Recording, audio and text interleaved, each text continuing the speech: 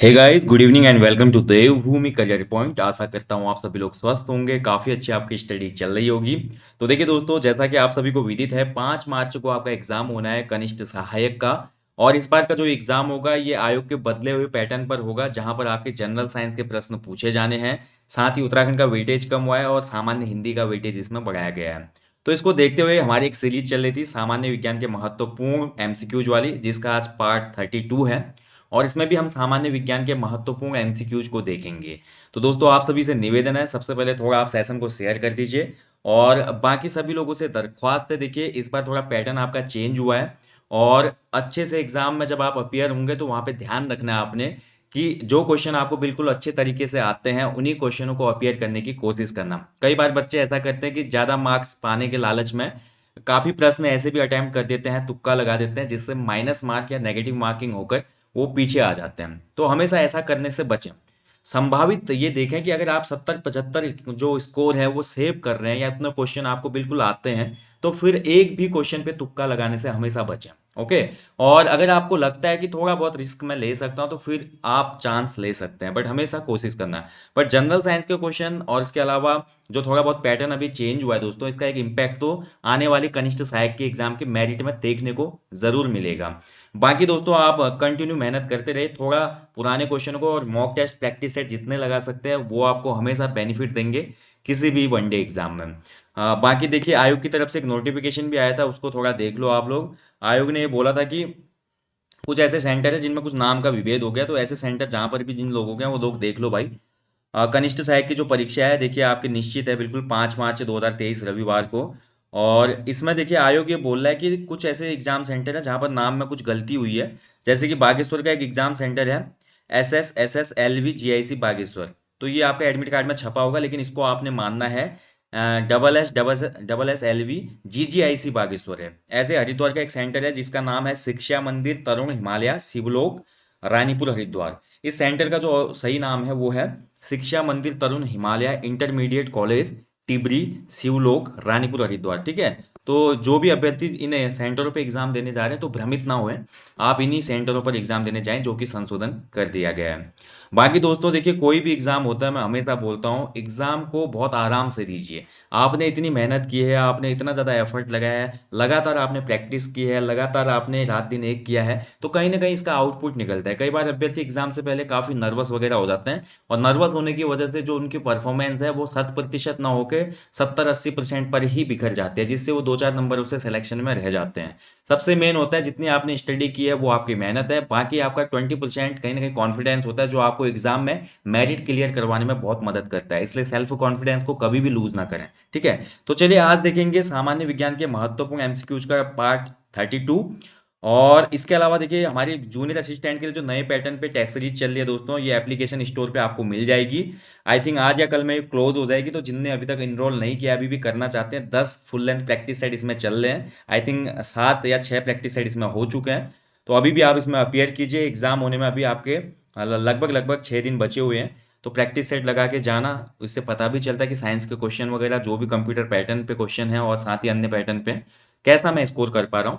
लगभग आयोग के पूरे 100% जो आयोग का पैटर्न है उसी पे आधारित ये टेस्ट सीरीज है, और मात्र 49 रुपीज की आपको मिल जाएगी।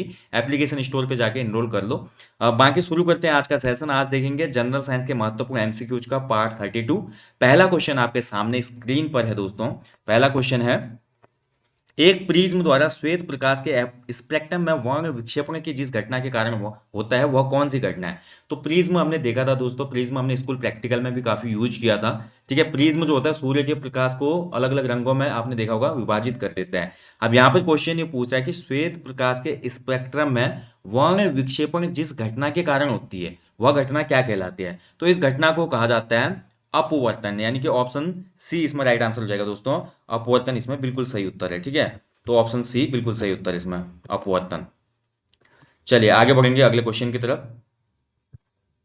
नेक्स्ट क्वेश्चन है, अनुरणन काल किस पर निर्भर नहीं करता। देखिए नहीं पूछ रहा है वो। अनुरणन काल का मतलब क्या होता है, थोड़ा इसको समझिए। मान लीजिए किसी कमरे में कोई स्पीकर बज रहा है ना दोस्तों, स्पीकर बजने के बाद भी आपने महसूस किया होगा कि जो वाइब्रेशन होती है ध्वनि की वो एकदम से खत्म नहीं होती। तो इसी को कहा जाता है अनुरणन काल, या रिवर्बरेशन टाइम कहा जाता है इसको। तो ये कभी भी निर्भर नहीं करती टेम्परेचर पे, यानी कि इसका आंसर हो जाएगा ऑप्शन ए, ताप पर ये निर्भर नहीं करती। ठीक है, ऑप्शन ए बिल्कुल सही उत्तर है इसका। चलिए आगे बढ़ेंगे अगले क्वेश्चन की तरफ। अगला क्वेश्चन बोलता है, देखिए, यौगिकों के विषय में सत्य है, तो इनमें से कौन सा कथन है जो यौगिकों के विषय में बिल्कुल सत्य है? तो तीसरे क्वेश्चन का जो राइट आंसर हो जाएगा दोस्तों, दिए गए विकल्पों के हिसाब से, इनका निश्चित रासायनिक एक अनुपात होता है। बिल्कुल होता है, यौगिकों का जो होता है एक रासायनिक अनुपात होता है। इनके घटकों को भौतिक क्रियाओं द्वारा अलग किया जाता है, ये गलत हो जाएगा इसमें। इसका आंसर यानी कि केवल फर्स्ट वाला जो स्टेटमेंट है दोस्तों, वो बिल्कुल सही उत्तर है इसका। ठीक है, इनका एक निश्चित रासायनिक अनुपात होता है, ये बिल्कुल सही उत्तर है इसका। चलिए आगे बढ़ेंगे अगले क्वेश्चन की तरफ। 1 किलोवाट घंटा किसका मात्रक है? ठीक है, तो 1 किलोवाट घंटा पूछ रहा है इसमें, थोड़ा छोटा करते हैं इसको, ऑप्शन 4 दिख नहीं पाएगा नहीं तो 1 किलोवाट घंटा दोस्तों, मैंने ये क्वेश्चन आपको पूर्व में भी कराया है। 1 किलोवाट घंटा ये मात्रक होता है। राइट आंसर हो जाएगा इस क्वेश्चन का ऑप्शन 2। ठीक है, ऑप्शन 2 इसका सही उत्तर हो जाएगा। 1 किलोवाट घंटा मात्रक है किसका? विद्युत ऊर्जा का। ऑप्शन बी इसका बिल्कुल सही उत्तर है। चलिए आगे बढ़ेंगे।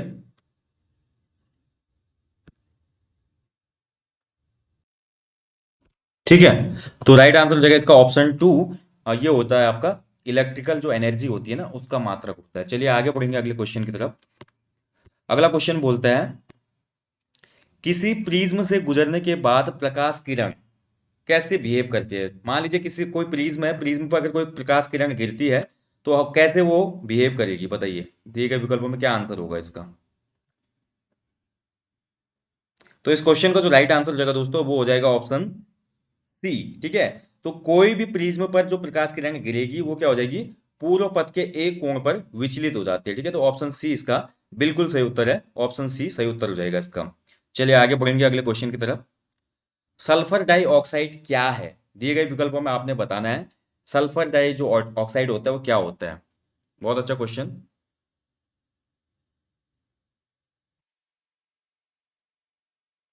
तो इस क्वेश्चन का जो राइट आंसर हो जाएगा दोस्तों,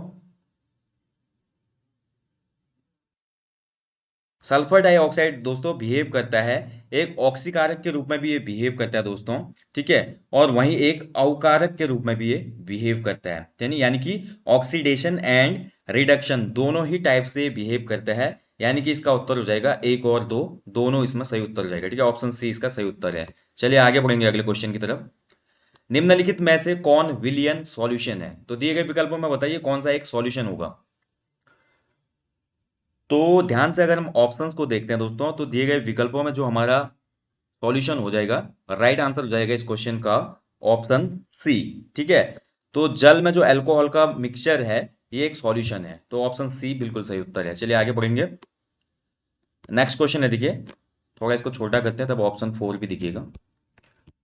तो अगला क्वेश्चन है इसमें, देखिए, रक्तचाप यानी कि ब्लड प्रेशर तथा श्वसन गति का नियंत्रण किसके द्वारा होता है? देखिए, ह्यूमन बॉडी में अगर बात करें, रक्तचाप जो होता है ना, ब्लड प्रेशर, और जो हमारी श्वसन गति होती है, इसको कंट्रोल करने का काम करता है भाई। राइट आंसर हो जाएगा इस क्वेश्चन का ऑप्शन सी। ठीक है, इसको बोलते हैं, इसका सही उत्तर हो जाएगा option C, medulla oblongata. Very important question. ठीक है, मेडुला ऑब्लांगेटा। चलिए आगे बढ़ेंगे अगले क्वेश्चन की तरफ। अगला क्वेश्चन बोलता है, एक एपिथीलियमी ऊतक जिसकी पतली चपटी कोशिकाएं एक दूसरे के किनारों से ऐसे जुड़ी होती है मानो पास पास सटे हुए टाइल लगे हों, ये पाया जाता है। तो जो हमारा एपिथीलियमी ऊतक होता है कहाँ पर पाया जाता है? तो इसका सही उत्तर है दोस्तों ऑप्शन ए। यह आपको देखने को मिलेगा आमाशय की भीतरी स्तर पर। ठीक है, यानी कि ऑप्शन ए बिल्कुल सही उत्तर है इसका। नेक्स्ट क्वेश्चन की तरफ बढ़ेंगे। नेक्स्ट क्वेश्चन बोलता है भाई, द्रवोतक जो हमारी कोशिकाएं होती है ये कहाँ पर पाई जाती हैं? ठीक है, तो नहीं, कहाँ पे पाई जाती है नहीं, ये कैसी कोशिकाएं होती हैं? तो जो हमारी दृढ़ उत्तक कोशिकाएं होती हैं ये हमेशा हो जाएंगी, राइट आंसर हो जाएगा इस क्वेश्चन का ऑप्शन सी। ये डेड कोशिकाएं होती है। ठीक है, डेड सेल जो होते हैं उनको कहा जाता है, तो ऑप्शन सी इसका बिल्कुल सही उत्तर हो जाएगा। ये मृत होती हैं, ठीक है, डेड होती हैं। ऑप्शन सी सही हो जाएगा इसका। चलिए आगे बढ़ेंगे अगले क्वेश्चन की तरफ। इनमें से कौन अंतःस्रावी ग्रंथि नहीं है? ठीक है, तो अंतःस्रावी ग्रंथि कौन सी होती है, बहिर्स्रावी ग्रंथि कौन सी होती है, कौन सी ग्लैंड ऐसी भी होती है मानव शरीर में जो एक अंतःस्रावी और बहिर्स्रावी दोनों के तहत रिएक्ट करती है? ये सब आपको पता होना चाहिए। जनरल साइंस या डेली लाइफ में जो जनरल साइंस के क्वेश्चन बनते हैं वहां पर हमेशा पूछे जाते हैं। आप एसएससी का एग्जाम दो, रेलवे का दो, या स्टेट पीसीएस का एग्जाम दो, वनडे एग्जाम दो, कहीं पे भी ऐसे क्वेश्चन आपको देखने को मिलेंगे। तो इनमें से जो हमारी एंडोक्राइन जो हमारी ग्लैंड नहीं हो जाएगी, वो राइट आंसर हो जाएगा इस क्वेश्चन का ऑप्शन ए, ब्रूनर ग्रंथि जो होती है। ठीक है, ऑप्शन ए बिल्कुल सही उत्तर से। ब्रूनर ग्रंथि एक अंतरस्रावी ग्रंथि नहीं होती। आगे बढ़ेंगे। नेक्स्ट क्वेश्चन है, देखिए स्क्लेरने काइमा ऊतक का उदाहरण क्या है। तो देखिए ये आपका बायोलॉजी के डायरेक्ट क्वेश्चन है दोस्तों, जो हमारा पादप विज्ञान है वहां से क्वेश्चन है। तो स्क्लेरने काइमा जो ऊतक होता है, इसका एग्जाम्पल होता है, राइट आंसर हो जाएगा इस क्वेश्चन का। चौथा ऑप्शन देखने की आवश्यकता इसमें है नहीं। नारियल जो होता है ना, नारियल जो नारियल हम खाते हैं अमूमन, नारियल, तो नारियल एक स्क्लेरनो काइमा ऊतक का एग्जाम्पल है, यानी कि ऑप्शन ए इसका सही उत्तर हो जाएगा। चलिए आगे बढ़ेंगे अगले क्वेश्चन की तरफ। आज थोड़ा डिफिकल्ट क्वेश्चन आपको इसमें देखने को मिलेंगे। हो सकता है अगर डिफिकल्ट क्वेश्चन कोई बने तो आपका क्वेश्चन गलत नहीं होना चाहिए एग्जाम में। बाकी जो नए लोग हैं भैया, 32 से पहले जितनी भी सीरीज हुई है, टेस्ट सीरीज सामान्य विज्ञान वाली, उसको एक बार आप जरूर देख लीजिएगा। ठीक है, वेरी इंपॉर्टेंट है वो। चलिए आगे बढ़ेंगे नेक्स्ट क्वेश्चन की तरफ। यदि आप एक स्थिर समतल दर्पण की ओर 4 मीटर पर सेकेंड की चाल से चल रहे हैं, तो आपका प्रतिबिंब इमेज आपकी ओर किस चाल से आएगा। ये फिजिक्स का क्वेश्चन है दोस्तों, जो हमारा चैप्टर था लेंस वाला, प्रकाश वाला, वहां से क्वेश्चन बना हुआ है आपका। तो अगर हम स्थिर समतल दर्पण की ओर 4 मीटर पर सेकेंड की चाल से बढ़ेंगे, तो जो हमारा प्रतिबिंब होगा ना, वो उसका दुगुना हो जाता है, दुगुनी चाल से आपकी तरफ आएगा। यानी कि राइट आंसर हो जाएगा इसका ऑप्शन सेकंड, 8 मीटर पर सेकेंड के हिसाब से। ठीक है, तो 8 मीटर पर सेकेंड इसमें राइट आंसर हो जाएगा ऑप्शन बी। चलिए नेक्स्ट क्वेश्चन की तरफ बढ़ते हैं, वेरी इंपॉर्टेंट क्वेश्चन। प्रकाश संश्लेषण द्वारा ऊर्जा का कितना प्रतिशत भाग रासायनिक ऊर्जा में परिवर्तित हो जाता है। तो देखिए फोटोसिंथेसिस की जो घटना होती है दोस्तों, पौधे जब सूर्य की उपस्थिति में अपना भोजन बनाते हैं, हरे पौधे, ठीक है, तो उसी क्रिया को कहा जाता है प्रकाश संश्लेषण की क्रिया। यहां पर देखिए रासायनिक ऊर्जा में कितना प्रतिशत भाग परिवर्तित होता है, तो राइट आंसर है इस क्वेश्चन का ऑप्शन ए, 1 से 2% मात्र। ठीक है, तो ऑप्शन ए बिल्कुल सही उत्तर है इसमें, 1 से 2%। चलिए आगे बढ़ेंगे अगले क्वेश्चन की तरफ। फलों को सुरक्षित रखने के लिए उनमें नमी की मात्रा कितने प्रतिशत से अधिक नहीं होनी चाहिए। देखिए बहुत अच्छा क्वेश्चन पूछ रहा है। देखिए अगर लॉन्ग टाइम तक हमने फलों को सुरक्षित रखना है, देखने आपने कोल्ड स्टोर देखा होगा, बहुत से फलों को कोल्ड स्टोर में रखा जाता है, तभी बेमौसमी फल हमको बाजार में हमेशा उपलब्ध रहते हैं। जैसे आप देखेंगे गर्मियों का तरबूज आपको सर्दियों में भी मिल जाएगा, उसका रीजन ही वही है कि कोल्ड स्टोर में उसको रखा जाता है। और फलों में जितनी कम नमी होगी दोस्तों, वो या उसकी श्वसन दर जितनी कम की जाएगी कोशिका की, वो उतने ही लंबे समय तक सर्वाइव कर पाता है। तो फलों को सुरक्षित रखने के लिए जो ह्यूमिडिटी की मात्रा होनी चाहिए, ये कितने प्रतिशत से अधिक नहीं होनी चाहिए, तो राइट आंसर इसका 20 से 24%। ठीक है, तो ऑप्शन ए इसका बिल्कुल सही उत्तर है, 20 से 24%। चलिए आगे बढ़ेंगे अगले क्वेश्चन की तरफ। ये आपका कंप्यूटर का क्वेश्चन आ गया। एक्सेल में मैक्रोज की शॉर्टकट की क्या होती है। तो देखिए एक्सेल में जब हम मैक्रोज पे काम करते हैं ना, तो इसकी शॉर्टकट जो की होती है वो होती है ऑप्शन सेकंड, इसका राइट आंसर है ऑल्ट प्लस F11 जब हम प्रेस करेंगे, तो ये हमारी शॉर्टकट की हो जाएगी मैक्रोज की। चलिए नेक्स्ट क्वेश्चन की तरफ बढ़ेंगे। कौन सा अम्लीय शक्ति एसिटिक स्ट्रेंथ के बढ़ते क्रम को दर्शाने में बिल्कुल सही है। तो अम्लों की शक्ति आपने यहाँ पे दर्शाई गई है, उसको बताना है कि बढ़ते हुए क्रम में कौन सी है। ठीक है, बहुत अच्छा क्वेश्चन है केमिस्ट्री का, और इंपॉर्टेंट क्वेश्चन भी है। एंड इसका राइट आंसर जो हो जाएगा दोस्तों, वो हो जाएगा ऑप्शन ए, इसका सही उत्तर है। सबसे पहले इसमें आ जाएगा भाई जल, फिर आएगा एसिटिक एसिड, उसके बाद आएगा हाइड्रोक्लोरिक एसिड। ठीक है, यानी कि H2O, acetic acid and HCl। Very important question, option A बिल्कुल सही उत्तर है। चलिए आगे बढ़ेंगे। संचार उपग्रह के भू तुल्यकालिक होने का निम्न में से कौन सा कारण है। कितना अच्छा क्वेश्चन है, देखिए ज्योग्राफी का भी है, साइंस का भी, दोनों तरीके का क्वेश्चन ही बन जाता है। साइंस में मतलब साइंस प्रौद्योगिकी का क्वेश्चन भी है। संचार जो उपग्रह होते हैं दोस्तों, कम्युनिकेशन सैटेलाइट होते हैं ना, उनका भू तुल्यकालिक कारण कभी कभी समय पूछ लेता है, तो उनका भू तुल्यकालिक जो समय होता है कितना होता है, 24 घंटे ही होता है पृथ्वी की तरह। जैसे पृथ्वी अपना परिभ्रमण करती है ना, दिन रात होते हैं जिसके कारण, तो वही टाइम इसका भी होता है। लेकिन इनमें से संचार उपग्रह का जो भू तुल्यकालिक कारण होता है टाइम होने का, वो रीजन क्या है, ये पूछा जा रहा है।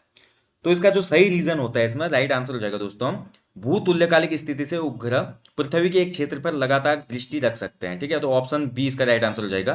ठीक है, क्वेश्चन ये पूछ रहा है, माफ कीजिएगा, क्वेश्चन में ये पूछा जा रहा है कि जो संचार उपग्रह यानी कि सैटेलाइट, जो हमारा कम्युनिकेशन सैटेलाइट है, वो भूतुल्यकालिक होने का, सेम भूतुल्यकालिक होने का मेन रीजन क्या होता है, क्योंकि वो हमेशा क्या करता है, पृथ्वी के एक क्षेत्र पर लगातार दृष्टि रखता है। ऑप्शन बी हो जाएगा इसका। इनमें से कौन सा फूल के केंद्र में मौजूद होता है। तो किसी भी फ्लावर के सेंटर में इनमें से क्या देखने को मिलेगा आपको। तो ये भी सीधे बायोलॉजी दोस्तों क्वेश्चन बना है आपका। एंड इसका जो राइट आंसर हो जाएगा वो हो जाएगा ऑप्शन ए। इसमें भी आपको देखने को मिलेगा अंडप। ठीक है, ऑप्शन ए बिल्कुल सही उत्तर है इसमें, अंडप। चलिए आगे बढ़ेंगे। निम्न में से कौन सा एक बॉर्डर लाइन तत्व कहलाता है, नहीं है, माफ कीजिएगा, इनमें से कौन सा एक बॉर्डर लाइन एलिमेंट नहीं होता है। बहुत अच्छा क्वेश्चन है, थोड़ा इसको छोटा करते हैं तब ऑप्शन आपको दिखेंगे। तो बॉर्डर लाइन एलिमेंट नहीं है, देखिए कौन सा नहीं है। बहुत अच्छा क्वेश्चन है दोस्तों केमिस्ट्री का। देखिए केमिस्ट्री में भी जो हमारे अलग अलग वर्ग बनाए गए हैं उसमें भी एलिमेंट को रखा जाता है, और वहां से कई बार क्वेश्चन निकल के आते हैं। तो बॉर्डर लाइन एलिमेंट इनमें से नहीं होगा। ऑप्शन फोर हो जाएगा इसका, बिस्मिथ नहीं होगा इसमें। ठीक है, ऑप्शन फोर इसमें जो है, ऑप्शन डी बिल्कुल सही उत्तर है, बिस्मिथ। चलिए अगले क्वेश्चन की तरफ बढ़ते हैं। खाद्य पदार्थों में दुर्गंध आने का मुख्य कारण वसा और तेलों का क्या होना होता है।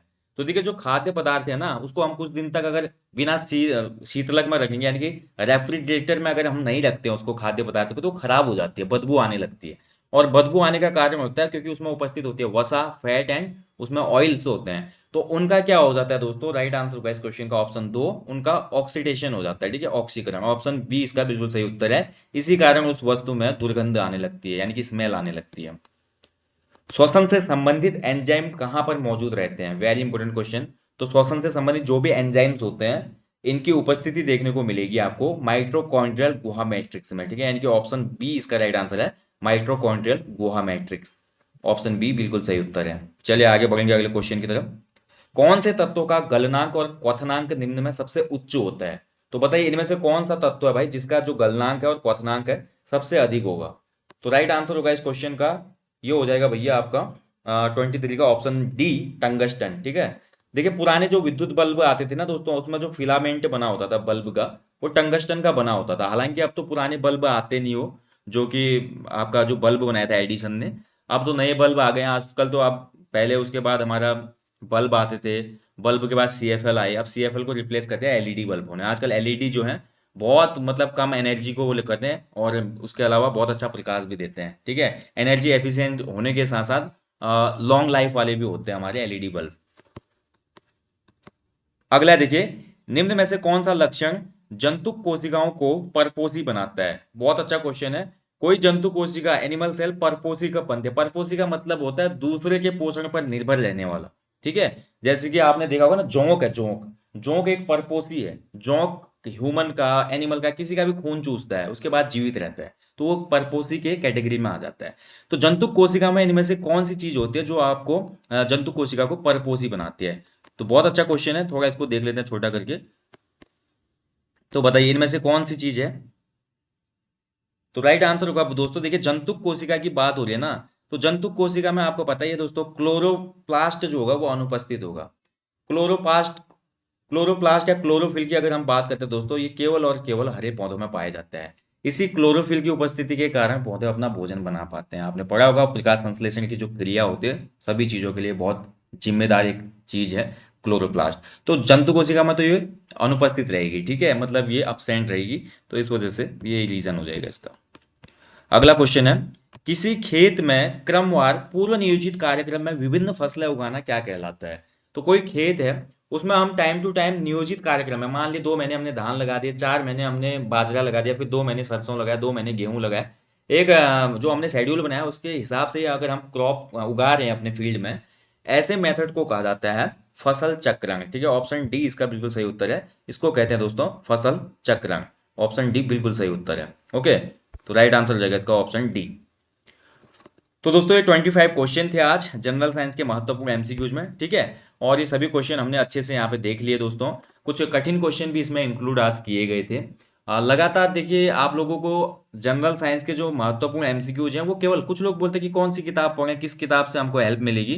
तो सिंपली मैं बोलूंगा लूसेंट का जो पोर्शन है जनरल साइंस वाला, या जिन लोगों के पास महेश कुमार बर्णवाल वाली किताब है एनसीईआरटी वन लाइनर, उसमें जो जनरल साइंस का पोर्शन दिया है, इतना पोर्शन पढ़ना इनफ है। उसके साथ आप टेस्ट सीरीज, मॉक टेस्ट या पुराने पेपर देखते हैं, तो उनसे जो प्रश्न बने होते हैं वहीं से आपका काम बन जाता है। ज्यादा आपको एनसीईआरटी में घुसना नहीं है, क्योंकि ये पूरा प्योर जनरल साइंस का पेपर नहीं होगा। हाँ, जिन लोगों का जैसे कोई साइंस स्पेशल पेपर होता है, लाइक जैसे लैब असिस्टेंट का पेपर होगा, या मान लो फॉर सपोज अभी जो वंदर होगा, अभी तो कोर्ट में केस चल रहा है, अगर उसका री एग्जाम होता है, तो ऐसे एग्जाम में आपको फिर डिटेल में पढ़ना होता है एनसीईआरटी 9 10 की। ठीक है, बाकी अभी आपका ऐसे ही काम चल जाता है, तो ज़्यादा इसमें हेक्टिक होने की आवश्यकता है नहीं। आराम से आप इस एग्ज़ाम को क्रैक कर लेंगे, और इस बार बहुत अच्छा ही एग्ज़ाम रहेगा जैसा कि मुझे लग रहा है। और बहुत हेल्दी कंपटीशन इसमें देखने को मिलेगा, और बहुत आर पार की जंग होगी। और जो इसमें देखिए अच्छे से वहाँ पे पेपर को समझेगा, पेपर को अच्छे से देखना है, समझना है, तब उत्तर करना है। मैं हमेशा बोलता हूँ पेपर को एक बार अच्छे से आप लोग रीड जरूर कर लेना, ठीक है।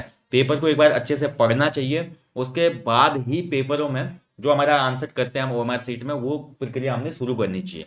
तो इस हिसाब से हमेशा आगे बढ़ना चाहिए, और ये मेथड हमेशा कारगर होती है दोस्तों, ठीक है। जल्दीबाजी से हमेशा बचे एग्जाम में, क्योंकि जल्दीबाजी सिर्फ और सिर्फ बर्बादी लाती है। जल्दीबाजी से कभी भी कोई काम रिजॉल्व नहीं होता, वो लाइफ का काम हो या एग्जाम में हो, या कोई भी आप कैसा भी कोई भी आप टास्क देख लें, जहां पर जल्दीबाजी होगी और अनचाही जल्दीबाजी और कॉन्फिडेंस की कमी होगी, वो काम सही नहीं हो पाता। तो निश्चित रहें, सुनिश्चित रहें, आने वाले एग्जाम में आप बहुत अच्छा परफॉर्मेंस करेंगे। और मुझे लगता है कि इस बार का जो पेपर होगा बहुत शानदार पेपर आयोग बनाएगा। करंट अफेयर पे पकड़ बना के रखे दोस्तों। और बाकी जो टेस्ट सीरीज है, टेस्ट सीरीज में हमारा सेम पैटर्न चल रहा है। अभी जो ये टेस्ट सीरीज चल रही है, मैं एक बार इसका ब्रीफ इंट्रोडक्शन आपको दे देता हूँ, अभी तक भी किसी को इन्फॉर्मेशन नहीं होगी तो वो लोग देख लेंगे। इसमें आपका जो पैटर्न है दोस्तों, सबसे पहले आपका साइंस एंड कंप्यूटर के 15 क्वेश्चन इसमें आपको दिए जा रहे हैं। उसके बाद जीएस जी के करंट अफेयर के 27 क्वेश्चन है, जिसमें हिस्ट्री के 7 क्वेश्चन, ज्योग्राफी के 7, पॉलिटी के 6 और करंट अफेयर के 7 क्वेश्चन दिए जा रहे हैं। तीसरा जो इसमें पोर्शन बनाया गया है उत्तराखंड जीके का, जिसमें उत्तराखंड हिस्ट्री से 6 question, Uttarakhand art and culture से 6 क्वेश्चन, उत्तराखंड की जनगणना और भूगोल से 8 क्वेश्चन, और उत्तराखंड की इकोनॉमी और नेचुरल रिसोर्सेज से 7 क्वेश्चन दिए जा रहे हैं। फिर रीजनिंग के 6 क्वेश्चन दिए जाते हैं। और पांचवा जो खंड है जनरल हिंदी का, जिसमें 25 क्वेश्चन आपके बनते हैं। संपूर्ण जो व्याकरण का सिलेबस या पैटर्न दिया है आयोग ने, उसी पे इसमें 2-3 नए टॉपिक इंक्लूड हुए हैं, लाइक जैसे कि समास का इसमें टॉपिक इंक्लूड हुआ है। उसके अलावा इसमें थोड़े क्वेश्चन ज्यादा बनेंगे उपसर्ग प्रत्यय आदि से। तो इसी को मद्देनजर रखते हुए ये टेस्ट सीरीज पूरी आपके लिए तैयार की गई है। 6 पेपर लगभग इसमें हो चुके हैं, लगभग 2 या 3 तारीख को ये टेस्ट सीरीज समाप्त हो जाएगी। और एग्जाम के लिए अगर आप चाहते हैं कि थोड़ी सी एक प्रिपरेशन हो जाए, तो आप इसको अटेम्प्ट कर सकते हैं, ये एप्लीकेशन स्टोर पे आपको मिल जाएगी। बाकी दोस्तों, हमेशा की तरह मैं बोलूंगा, जीवन में देखिए कोई भी एग्जाम मैं बोलता हूँ जिंदगी से बड़ा नहीं है, इसलिए बहुत आराम से आसानी से अपने लक्ष्य तक पहुंचने के लिए अंदर से देखिए दोस्तों बहुत ज़्यादा मोटिवेट रहिए। और आपका लक्ष्य, आपको ये सोचना चाहिए कि मेरा लक्ष्य मेरे लिए बड़ा है, लेकिन मेरा लक्ष्य इतना बड़ा नहीं कि जो असंभव हो अचीव करना, ठीक है। इस भावना से अगर आगे बढ़ेंगे तो कोई भी लक्ष्य आपके सामने बहुत छोटा हो जाएगा। और उसके बाद आपको खुद ही अपने अंतर्मन में जब झांकेंगे ना, बोलेंगे कि ये कितना आसान था, और मैं बिल्कुल खामखा परेशान हो रहा था कि कैसे मैं इसको अचीव करूंगा। और जिंदगी में आकांक्षाएं और जो महत्वाकांक्षाएं हैं, जो भी लालसाएं हैं, वो हमेशा बढ़ते रहते हैं दोस्तों। आपकी जिंदगी एक जगह स्थिर नहीं रहेगी, इसलिए जिंदगी चलती का नाम है, चलते रहिए। मैं जिंदगी का गीत गुनगुनाता रहा, मैं हमेशा बोलता हूँ, ठीक है। हर फिक्र को धुएं से उड़ाता रहा। तो ये फिलॉसफी को हमेशा जिंदगी में लागू करना है, फिर देखिए जिंदगी आसान लगने लगेगी। कोई भी एग्जाम, कोई भी चुनौती बहुत छोटी लगने लगेगी। यही जिंदगी का फलसफा है दोस्तों, यही जिंदगी की असली परिभाषा है। बाकी जाने से पहले हमेशा की तरह अपने जीवन में कम से कम एक पेड़ जरूर लगाएं, और लोगों को भी इसके लिए अवेयर करें। अपने घर के आसपास और जहां भी घूमने जाते हैं स्वच्छता का ध्यान रखें। Thank you for watching guys, जल्दी मिलेंगे। अपना ध्यान रखिएगा, अच्छे से स्टडी कीजिएगा। जय हिंद, जय देवभूमि, शुभ रात्रि, गॉड ब्लेस यू ऑल।